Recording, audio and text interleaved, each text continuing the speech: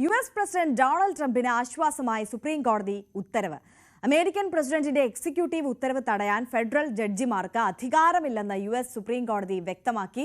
ജന്മാവകാശ പൗരത്വം റദ്ദാക്കി ട്രംപ് പുറപ്പെടുവിച്ച ഉത്തരവ് തടഞ്ഞതിനെതിരെ സർക്കാർ നൽകിയ ഹർജിയിലാണ് നിർണായക വിധി. ട്രംപിന്റെ പല തീരുമാനങ്ങൾക്കും ഈ വിധി അനുകൂല സാഹചര്യം ഒരുക്കും എന്നതാണ്.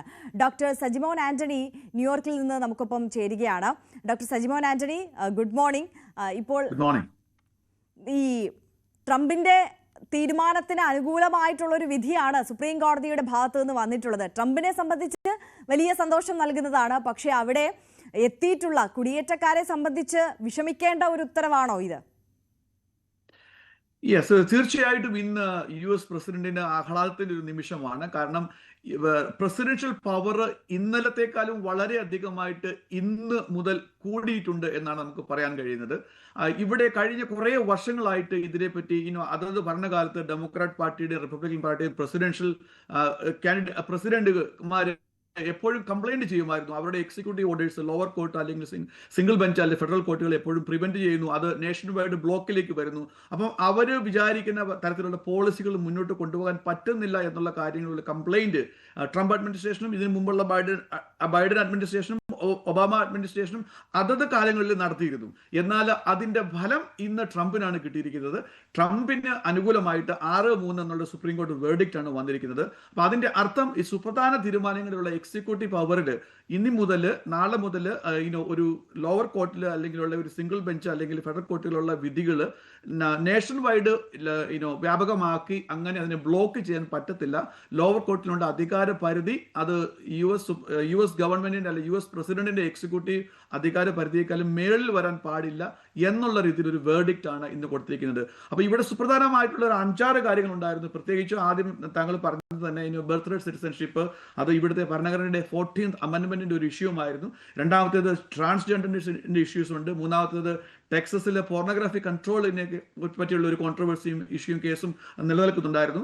അതോടൊപ്പം സ്റ്റഡീസ് അബൌട്ട് LGBTQ, അതുപോലെ തന്നെ സാങ്ച്വറി സിറ്റി, ഇങ്ങനെയുള്ള സുപ്രധാനമായ ഹോട്ട് ടോപ്പിക്കിന് അനുകൂലമായുള്ള ഒരു വിധിയാണ് ഇത് വന്നിരിക്കുന്നത്. അപ്പൊ അതിന്റെ അർത്ഥം ഈ പറഞ്ഞ കേസുകളൊക്കെ ട്രംപിന് അനുകൂലമായിട്ട് വിധിച്ചു എന്നുള്ളതല്ല. ഈ കേസുകൾ ഇന്ന് വരുന്നുള്ളൂ. എന്നാൽ ഇതിനെ ഒരു സിംഗിൾ ബെഞ്ചിന് അല്ലെങ്കിൽ ഒരു ഫെഡറൽ കോർട്ടിലെ ഒരു സ്റ്റേറ്റിലെ ഒരു ലോവർ കോർട്ടിലുള്ള ഒരു ജഡ്ജിന് അത് ഹിയറിംഗ് എടുത്തിട്ട് അതിനെ ബ്ലോക്ക് ചെയ്യാനുള്ള റൈറ്റ്സ് ആണ് അവർ ബ്ലോക്ക് ചെയ്തിരിക്കുന്നത്. അപ്പൊ അതിന്റെ അർത്ഥം അത് ഈ കോർട്ടിലേക്കുള്ള ഒരു സ്ട്രാറ്റജി മാറി ഇന്ന് വരും കാലങ്ങളിലേക്ക് സ്റ്റേറ്റുകൾ ഇതിനെതിരെ ഫൈറ്റ് ചെയ്യുക, അതോടൊപ്പം ക്ലാസ് ആക്ഷൻ സൂട്ടുമായിട്ട് ഇവർക്ക് ഇതിനെതിരെ ഫൈറ്റ് ചെയ്യാനുള്ള ഓപ്ഷനാണ് വന്നിരിക്കുന്നത്. അപ്പൊ ലോയേഴ്സ് ഇതിന്റെ ഒരു സ്ട്രാറ്റജി ചേഞ്ച് ചെയ്തു പോകുന്നു. അപ്പൊ അതിന്റെ ഒരു ഉത്തമ ഉദാഹരണമായിട്ടാണ് ഈ ബർത്ത് റൈറ്റ് സിറ്റിസൺഷിപ്പ് അല്ലെങ്കിൽ 14th അമെൻഡ്മെന്റിന്റെ എടുത്തു കളി എന്നുള്ള അതിനെ ലഘൂകരിക്കുന്ന ആ ഒരു സബ്ജക്റ്റിലേക്ക് ഏകദേശം 22 സ്റ്റേറ്റുകളാണ് ട്രംപ് അഡ്മിനിസ്ട്രേഷനെ എതിരെ ലോ സൂട്ട് കൊടുത്തിരിക്കുന്നത്. അപ്പൊ അങ്ങനെയുള്ള കേസുകൾ ഇനിയും കൂടുതൽ വരും. എന്നാൽ എല്ലാ അർത്ഥത്തിലും അമേരിക്കൻ പ്രസിഡന്റ് ഇന്നലത്തെക്കാളും കൂടുതൽ അധികാരം ഇന്ന് ഉണ്ട് എന്നുള്ളൊരു കാര്യത്തിൽ സംശയമില്ല. ഇത് ഇപ്പം ട്രംപിന്റെ സമയമായത്. കഴിഞ്ഞ തവണ ജോ ബൈഡനും ഇതേ ആംഗിളിൽ കോർട്ടിൽ ട്രയൽ ചെയ്തായിരുന്നു. അതിന് മുമ്പ് ബറാക് ഒബാമയും ട്രൈ ചെയ്തായിരുന്നു, നമുക്കറിയാം. പക്ഷെ ആ സമയങ്ങളിൽ ഒരു വേർഡിക്റ്റ് വന്നില്ലായിരുന്നു. അതിന്റെ ഒരു മെയിൻ കാരണം ഇപ്പോഴത്തെ സുപ്രീം കോർട്ടിന്റെ ഒരു ചായ്വ് എന്ന് പറയുന്നത് ട്രംപ് തന്നെ അപ്പോയിന്റ് ചെയ്ത 3 ജഡ്ജിമാർ അതിനകത്തുണ്ട്.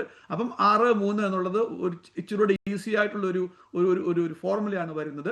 അപ്പം ആ ഒരു ബെനിഫിറ്റ് ട്രംപ് അഡ്മിനിസ്ട്രേഷന് ഈ ഒരു ടൈമിംഗിൽ കിട്ടുകയാണ് എന്നാണ് നമുക്ക് നോക്കിക്കാണാൻ പറ്റുന്നത്. തീർച്ചയായും. ഡോക്ടർ സജിമോൻ ആന്റണി, ഒരു കാര്യം കൂടിയുണ്ട്. അതായത് വ്യാപാര കരാർ സംബന്ധിച്ച് കാനഡയുമായുള്ള എല്ലാ ചർച്ചകളും ഉടൻ അവസാനിപ്പിക്കുമെന്ന് ഇപ്പോൾ ട്രംപ് വ്യക്തമാക്കുന്ന ഒരു സാഹചര്യം കൂടി ഉണ്ടല്ലോ. അപ്പോൾ അതിൽ നിന്ന് എന്താണ് നമുക്ക് വിലയിരുത്താൻ കഴിയുന്നത്? ഈ അയൽക്കാർ തമ്മിലുള്ള പ്രശ്നങ്ങൾ അത് കൂടുതൽ രൂക്ഷമാകുന്നു എന്നതാണോ? മറ്റ് വിശദാംശങ്ങൾ കൂടി അതിൻ്റെ? എനിക്ക് തോന്നുന്നത് ഒരു കൈ കൊണ്ട് തലോടലും ഒരു കൈ കൊണ്ട് ഒരു അടിയും കൊടുക്കുക എന്നുള്ള ഒരു പോളിസിയിലാണ് ട്രംപ് പോകുന്നത്. അതായത് ഒരു കൈ കൊണ്ട് തലോടിക്കൊണ്ട് മറ്റു ചില രാഷ്ട്രങ്ങളുമായിട്ട് അദ്ദേഹം ട്രേഡിന്റെ ഡീലുകൾ ഉണ്ടാക്കാൻ നോക്കുന്നു. എന്നാൽ അതേ സമയം തന്നെ മറുകൈ കൊണ്ട് ഒരു അടി കൊടുത്തിട്ട് മറ്റു ചില രാജ്യങ്ങളെ ഒതുക്കാനും നോക്കുന്നു.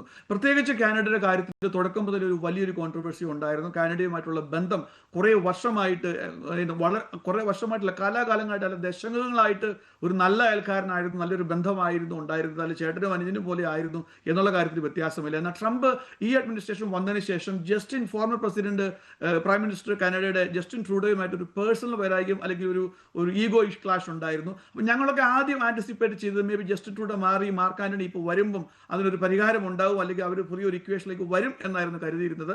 എന്നാൽ ഇന്നത്തെ ആ ഒരു സ്റ്റേറ്റ്മെന്റ് നമുക്ക് മനസ്സിലാകുന്നു അവർ ആ ഒരു വർക്കിംഗ് ഇക്വേഷനിലേക്ക് വന്നിട്ടില്ല എന്നാണ് മനസ്സിലാക്കാൻ കഴിയുന്നത്.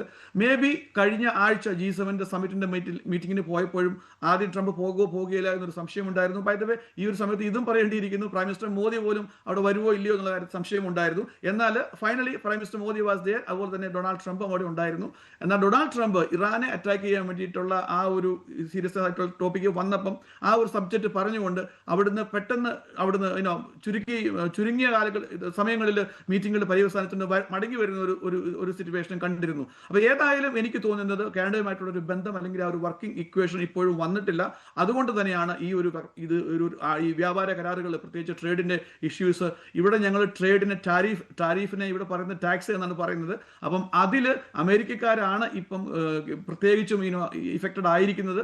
അമേരിക്കക്കാർ മാത്രമല്ല, രോഗമാകാനുള്ള എല്ലാവർക്കും ഇമ്പാക്റ്റ് ഉണ്ട്. പക്ഷേ കാനഡയുടെ കാര്യത്തിൽ കാനഡ ചില അഗ്രികൾച്ചർ പ്രൊഡക്ഷനും അങ്ങനെയുള്ള ചില പ്രൊഡക്ഷനും ഒക്കെ 400% ടാരിഫ് കൂട്ടിയായിരുന്നു ഇപ്പം ട്രംപിന്റെ ഈ ഒരു ടാരിഫിന് റിട്ടാലിയേറ്റ് ചെയ്തുകൊണ്ട്. അപ്പോൾ ആ ഒരു പോളിസിയിൽ അദ്ദേഹം വളരെ ഇറിറ്റേറ്റഡ് ആയിരുന്നു. അപ്പോൾ ഏതായാലും ആ സബ്ജക്റ്റ് അവിടെ ഒരു ഹോട്ട് ടോപ്പിക്കായിട്ട് ഇപ്പോൾ ഡീറെയിൽ ചെയ്തിരിക്കുകയാണ്. വരും കാലങ്ങളിൽ ട്രംപ് ഇന്നിങ്ങനെ പറഞ്ഞാലും മേ ബി വരും ദിവസങ്ങളിൽ അത് മാറ്റി പറഞ്ഞ് അല്ലെങ്കിൽ വേറൊരു രീതിയിലേക്കുള്ള മേ ബി ഒരു പ്രഷർ ബിൽഡിംഗ് ക്യാമ്പയിൻ ആയിരിക്കാം എന്നും നമുക്ക് കരുതാം. ഏതായാലും ഒരു നല്ല സ്ഥിതിയിലേക്കല്ല കാനഡ അമേരിക്ക ബന്ധം പോകുന്നത്, അറ്റ്ലീസ്റ്റ് ഈ ഒരു ട്രേഡ് വാറിന്റെ കാര്യത്തിൽ എന്നാണ് നമുക്ക് പറയാൻ പറ്റുന്നത്. തീർച്ചയായും വളരെ നന്ദി ഡോക്ടർ സജിമോൻ ആന്റണി ഈ ഘട്ടത്തിൽ ഞങ്ങളോടൊപ്പം ചേർന്നതിന്. Thank you so much.